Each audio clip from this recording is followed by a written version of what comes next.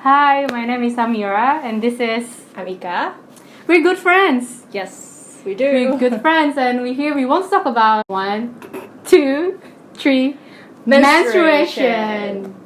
Yes. So what's about it? Yeah, what's about it? What's about it, Ika? So menstruation is something that all women or people who have vagina experience. So I think we're just going to be curious, talking about menstruation, my experience, your experience, probably your experience as well. Right. And why do we want to talk about it?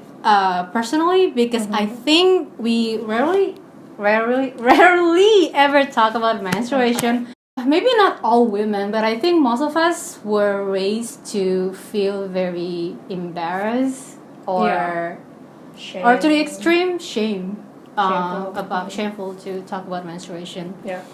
Which we think it's really not a good thing because we need to talk about it. Yes. Yeah. Definitely. So here we go. Okay. So first, let us share about the first time we had our period. Who wants to go first? Me? You? Let's you go first. Okay, I'll go first. What's your first time experience having period? Right. So actually, I had always thought that the first time you were to have a period would be like when you were in like junior high school or high school-ish. But I had my first period when I was in third grade. Elementary school. I did, yeah. I was walking to the cafeteria, just to buy some snacks, and suddenly the cafeteria person kind of grabs my skirt. Okay. Not in a very sexual way, but like, and I was wearing a white skirt. Oh, wow. And then the cafeteria woman was like, "Oh my god, what happened to your skirt? Did you sit on something?" And I was like, "What happened?" Because I didn't feel anything. Okay. And then when I looked, it was like a sea of brown on my white skirt. I was like, "Shit, what happened?" In public, and I didn't feel like I sat on something dirty or anything. And then the cafeteria woman said, "Oh, are you having your period?" And I was like, "What? Really? No, I've never had my period before." I went to the bathroom, and then you know the drill. But when I look at my panties, it was like all a sea of red and brown. I was like, I didn't know what to do. It was so shocking. It was my first time. I know that I was not prepared for it. I was not given an education about what to prepare or anything. But and how about you? Yeah, how about you? I didn't expect that you would have that in public. So mine is a little bit different to Amira's. I got my first period when I was 13. So when I was, I think, at my first year of junior high school. First year of junior high school, where while every parent, every friends in my school already had their own period, and I was 13 at the time, and most of my friends already had their period. So I was like kind of feeling left out and kind of waiting, when is my turn. So I got my first period at home. So this is the difference. You got it in public, you got it at home. When I pee and the red blood comes, so I think it's very convenient because I was in the bathroom as well. So she knew the right time to come out because I was peeing and the bathroom just red. So that was the opposite of Mira's experience. And for me, I ran to my mom and told my mom I got my period, and she immediately giving me the pad and then showing me how to use it, how to open the pad, how to put in your panties, and how to discard the pad after that. So I'm really thankful that we have a parent or mother at the time who can teach us how to do the pads and how to do our menstruation. I don't know about you, but when I was in elementary school, we were like 10 or 9 or what. I don't know who instilled the idea in our heads that having a period is nasty. Having a period is is very embarrassing. I don't know who instilled the idea on us, but it was somehow like our collective perception of having period. But I do think the concept of menstruation is embarrassing or is shameful is still with us until now. Still, Yeah, until now. When you knew you had a period and you don't prepare any pads or anything, you kind of like you go to your friends and like, do you have any? Yeah, you know, like, we have use that gesture and we're using euphemism as well. Right. Like in Indonesia we call it, do you have extra roti?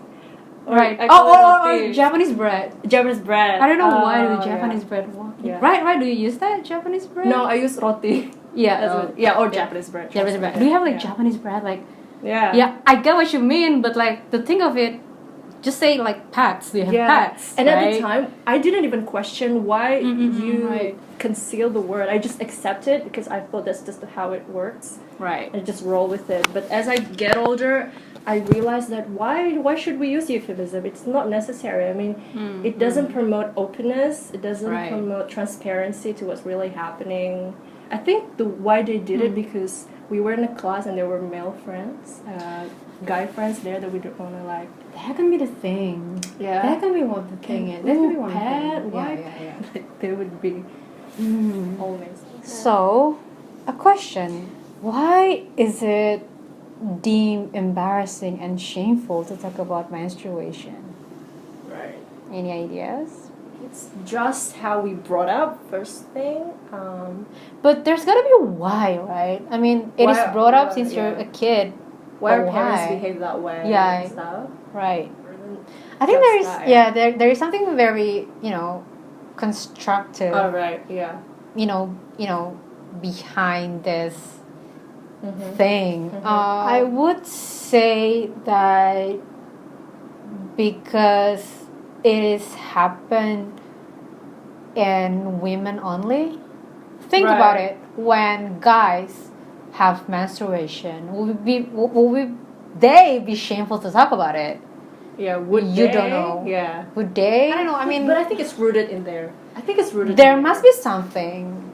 Other than patriarchy? No. I mean, there must be. No, I mean, like there must be some sense on that sense. Some connection on that sense. It is rooted in patriarchy, and I think maybe because it happens in our very sacred area. Can be, which is our reproduction system. We don't talk much about reproduction system in general.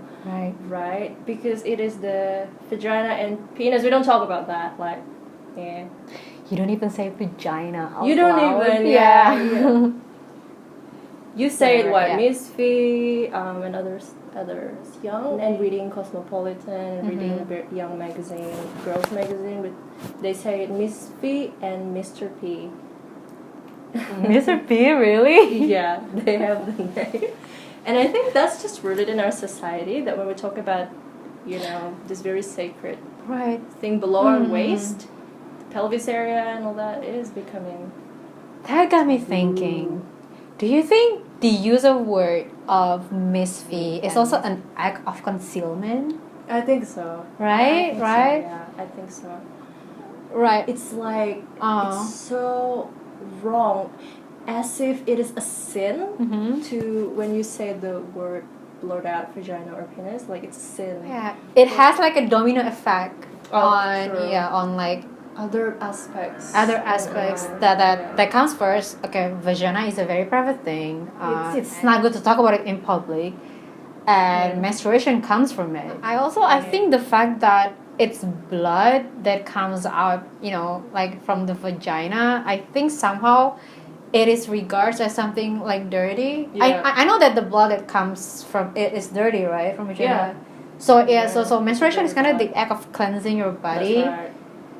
But somehow it also makes the woman is dirty as well. Yeah. So you don't talk about it. Okay.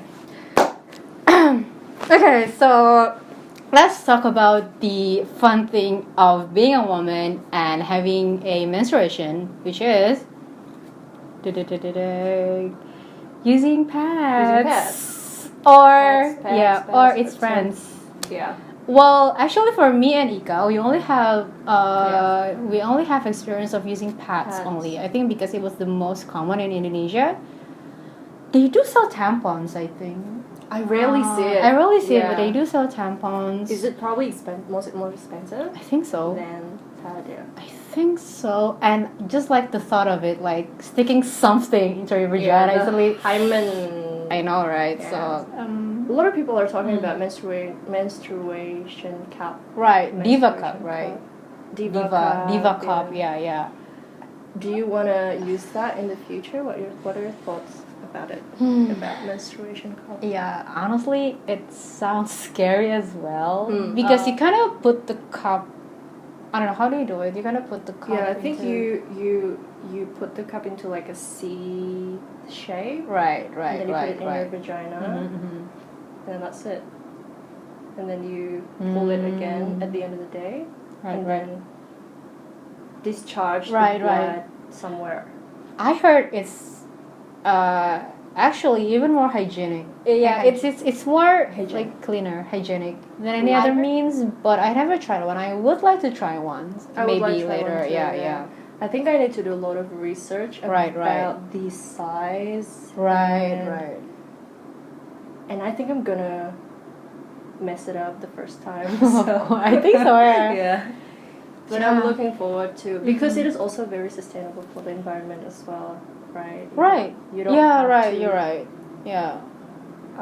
Produce a lot of waste. I think again, this is about the fun thing about being a woman and having a period because it's very fun because you are presented with so many types and brands and designs of pads. Oh right. Yeah. I think when at least for me, when I do grocery shopping, exploring many kinds of pads is really fulfilling. It's really satisfying. Yeah, because you have again with technology, everything gets more sophisticated, right?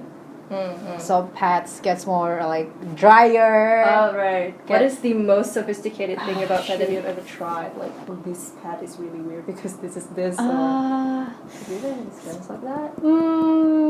I have one. I have one. Let's not name brands. Sure. But there's this pads that XYZ. that has released its like cooling. Yeah.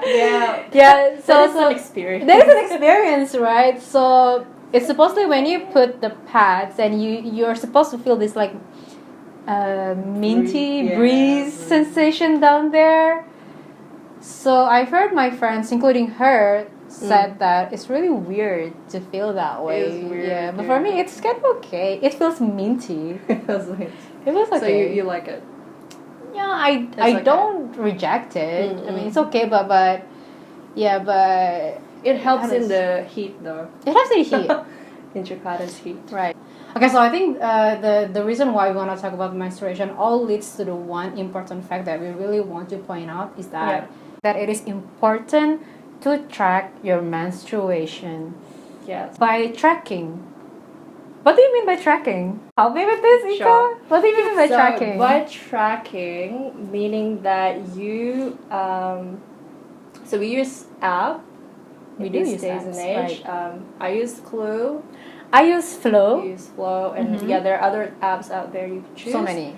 Yeah. So why is it very important is when you track your cycle is that you put information about yourself, whether it be your energy level, your vagina daily, every day you put it.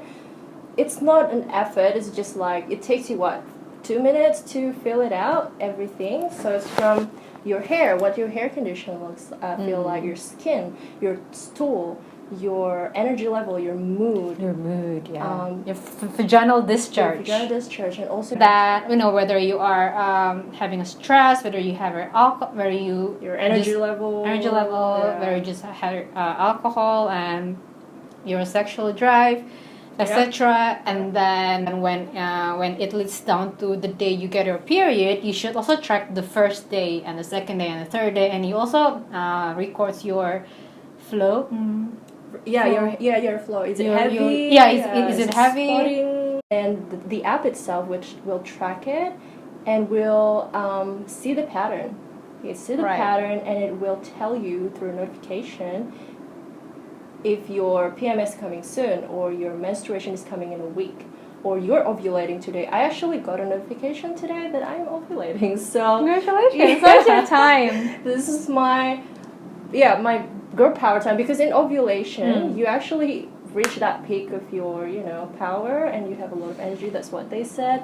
So I think that's why tracking cycle is very important, because again it gives you an informed decision of what you're going to do with your body. For instance, when we talk about PMS, most girls dealing with emotional PMS, a lot of vulnerability and a lot of sensitivity, feeling sadness, feeling hollowness that you just can't pinpoint. For me, I can't pinpoint why I feel sad. I thought someone said something and I get really irritated, and we that happens. We got into a fight, and I got really emotional, and I didn't know if it was because of my menstruation is coming up. But now when I already track it, I understand that I see the data, and I feel like, leading up to my menstruation, I'm mostly feeling stressed or sad, so it's considered as there's a reason behind it, and that you can get an informed decision about it. Right. So by having this app, it kind of reminds you, because it's a constant reminder and a constant source of information. Yeah. And I also track that. So actually, it's the same with Ika, that usually for my PMS, I also become very emotional, like stressful, and then I eat a lot. And then at times I feel like there's like some bump on my underarm. Physical. And when you kind of touch it, it gets more painful. And then now I know that usually it's just a start of my PMS. Right. It's not something like a serious illness of something. You should track your period. It's just that to get to know your body better. To know what is best for your body. It's an act of self-care. It is. So I think that is all from us. Actually, we have so many things to talk about, because it's a very endless subject. It is. Very interesting subject. Very interesting subject. I also think that this topic is not really, it's not only important for women or person who menstruates, but also for male out there, because I think that they also have partner or mother or sister or lover who menstruates, and I think that by knowing this facts and information could really help their relationship with their partner, for example, to be more based on understanding and knowledge. I think it's also very admirable to see if man has knowledge about menstruation. I personally think a man who understands menstruation is really hot. Oh yeah. Because it just tells that you get me. And it shows that they're not ignorant and not really think about themselves all the time. So talk about menstruation. Yes. Don't be embarrassed, and track your menstruation. Do it. Bye.